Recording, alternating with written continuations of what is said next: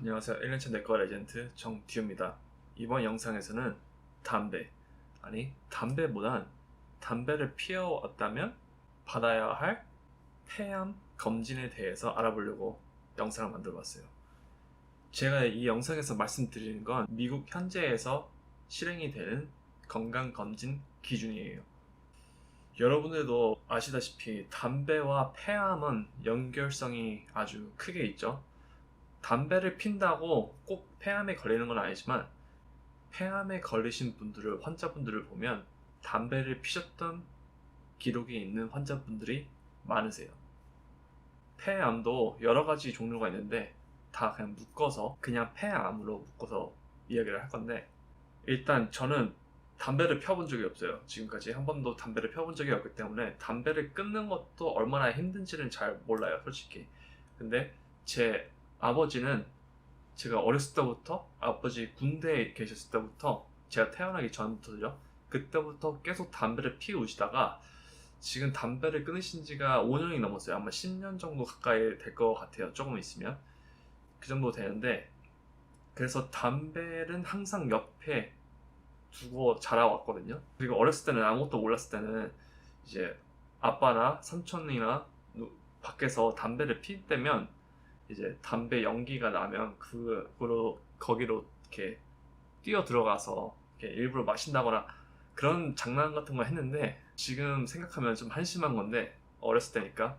저는 개인적으로는 담배를 펴본 적이 없는데 폐암으로 돌아가신 분들은 몇 분 뵀어요. 그리고 제 환자분들 중에서 폐암에 걸려서 오신 분들, 아니면 병원에서 그때 폐암에 확진이 되신 분들 또 몇 분 뵀는데, 일단 담배라는 건 중독성이 강한 약품을 가지고 있는 거잖아요. 그래서 끊기가 힘든데 여러 가지의 약들이 있어요. 여러분들이 많이 아시다시피 니코틴 껌이나 이렇게 몸에 붙이는 패치, 그런 것들이 있고, 또 그거를 해서 안 된다. 그럼 그 다음 단계는 미국에서는 뷰프로피린이라고 하는데, 이제 알약이에요. 먹는 약인데 그게 우울증에 걸리시는 환자분들도 쓰세요. 근데 그 약의 장점 중 하나는 이 담배 피는 거를 억제를 시켜주는 거에 있어서, 그 니코틴 패치나 껌 같은 거 다음 단계가, 이제 약의 이름은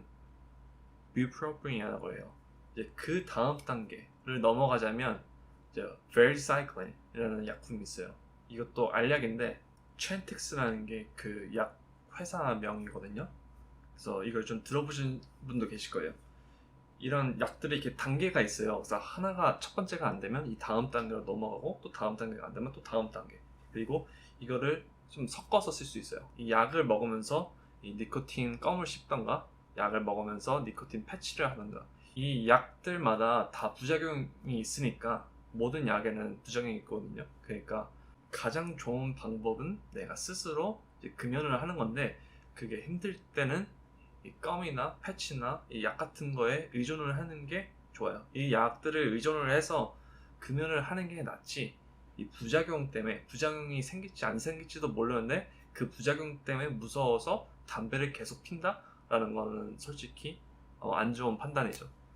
그러면 제가 이 영상을 만드는 이유는, 저는 앞으로 이제 내과 레지던트를 졸업을 하면 병원에서 일할 계획이거든요. 그래서 저희 개인 병원 같은 거, 이렇게 환자들 오면은 거기서 진찰하고 치료해주고, 이제 그 환자들이 방문식으로 하는 그런 것들은 할 계획이 아니에요. 그건 미국에서 아웃페이션트라고 하는데, 내과 의사도 가정의학과 전문의 같이 이제 내과 전문의 클리닉 같은 거를 설립을 할 수 있어요. 그래서 그렇게 일을 할 수 있는데 그걸 아웃페이션트라고 하는데, 저는 인페이션트, 병원에서 일을 하는 거를 목표로 하고 있는데, 그렇지만 제가 관심이 있는 거는 이 건강검진들이 저에게는 되게 큰 관심도예요. 그래서 이거를 여러분들에게 공유하고 싶어서, 여러분들 이 정도는 알고 계셔야 이제 여러분들이 의사분에게, 가정의학과나 내과 전문과 의사분에게, 이제 패밀리 닥터에게, 프라이머리 케어 닥터에게 갔을 때 내가 이거에 해당이 된다면 이것도 물어볼 수 있도록 이 영상들을 만들어 봤어요. 그래서 이거를 계속 시리즈로 만들 건데, 오늘 첫 번째가 그 폐암 검진에 대해서 만드는 영상이에요. 자, 그러면 폐암 건강 검진, 폐암 검진은 누가 받는 건가요? 이 받는 해당이 되는 분들은 이 폐암 검진을 받으라고 미국 정부에서 권유를 해요.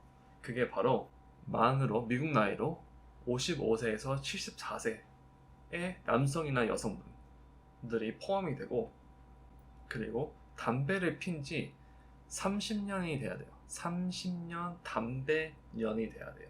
이 30년 담배연이라는 건 꼭 30년이 아니에요. 왜냐면 한국에서는 담배연이라고 하는지 모르겠는데 미국에서는 pack year smoking, 몇 년 동안 담배 값을 폈는지라는 게 있는데 이게 30년이 채워져야 돼요. 이 담배 30년이라는 거는 30년의 기간이 아닐 수도 있어요. 만약에 내가 하루에 담배 한 값을 매일 폈다면 그렇게 될 경우는 30년이 맞는데, 만약에 내가 하루에 두 값씩 폈다, 그렇게 매일매일 폈다 그러면 15년이면 그 담배 30년이라는 게 채워져요. 뭐냐면 한 값을 1년을 피면 1년이거든요. 담배 1년인데 두 값을 1년 동안 피면 담배 2년이 되는 거예요. 그렇기 때문에 담배 두 값을 매일매일 10년을 폈다 그러면 이제 담배 20년이 되는 거예요. 그렇게 계산을 해서 담배 30년이 되고 55세에서 74세 사이에 포함이 돼야 이거에 해당이 돼요. 그리고 또 하나가 있는데, 여기서 제가 겪은 환자분 중에서 최고로 많이 담배를 피신 분들을 얘기하자면 그분은 하루에 10값을 폈어요. 10값.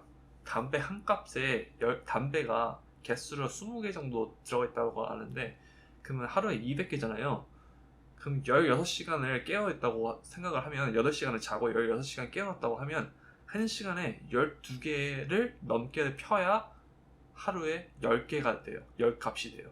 그걸 제가 이거 거짓말인 것 같아서, 잘못 안 것 같아서 몇 번을 물어봤는데, 그리고 저 말고 다른 레지던트나 다른 의사분이 물어봤는데 10값이 맞다고 하시더라고요. 그래서 다시 이제 본론으로 들어가자면, 금연을 한 지 15년 안팎이 되는 분들을 이 폐암 검진을 받으라고 해요. 그래서 여기서 예를 들자면 60세의 남성분이 있어요. 20살에 담배를 피기 시작했어요. 그래서 하루에 한 값씩 폈어요. 그래서 30년을 폈어요. 그러면 이제 60세니까 55세에서 74세에 포함이 되죠. 그리고 한 값씩 30년을 폈으니까 담배 30년이 돼요. 그러니까 그것도 포함이 돼요. 그리고 30년을 폈으면 20살에 시작했으니까 50세에 그만둔 거잖아요. 그렇게 따지면 금연을 한 지가 10년밖에 안 됐어요. 10년밖에 안 됐으면 15년 밑이잖아요. 그러니까 포함이 돼요. 만약에 20살에 두 값씩 펴가지고 15년을 폈어요. 그러면 35살까지 두 값을 폈으면 15년을 곱하기 2 하면 담배 30년이 되잖아요. 지금 60세면 25년이라는 시간이 지났잖아요. 그렇다면 이 폐암 건강 검진을 받는 거에 해당이 되지 않아요. 이게 해당이 되고 안 되고가 이게 왜 중요하냐면, 이 보험회사에서 누굴 커버해 줄 때 이게 차이가 있을 거예요. 이 해당이 되지 않는 분들은 보험에서 커버를 덜 해주던가 안 해준다는 거. 거기까지는 제가 정확하게 모르지만, 제가 이 테스트를 하기 위해서 오더를 쓸 때도 거기에 클릭하는 게 있어요.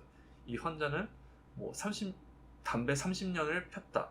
그리고 그만둔 지, 흡연을 한 지 15년 안팎이다 라고 있는 게 써 있거든요. 그걸 클릭해서 해야 되는데, 그렇기 때문에 해당이 되는지 안 해당이 되는지 이게 중요해요.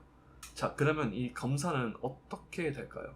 이 검사는 폐 엑스레이, 이 폐 엑스레이 가지고는 되지가 않아요.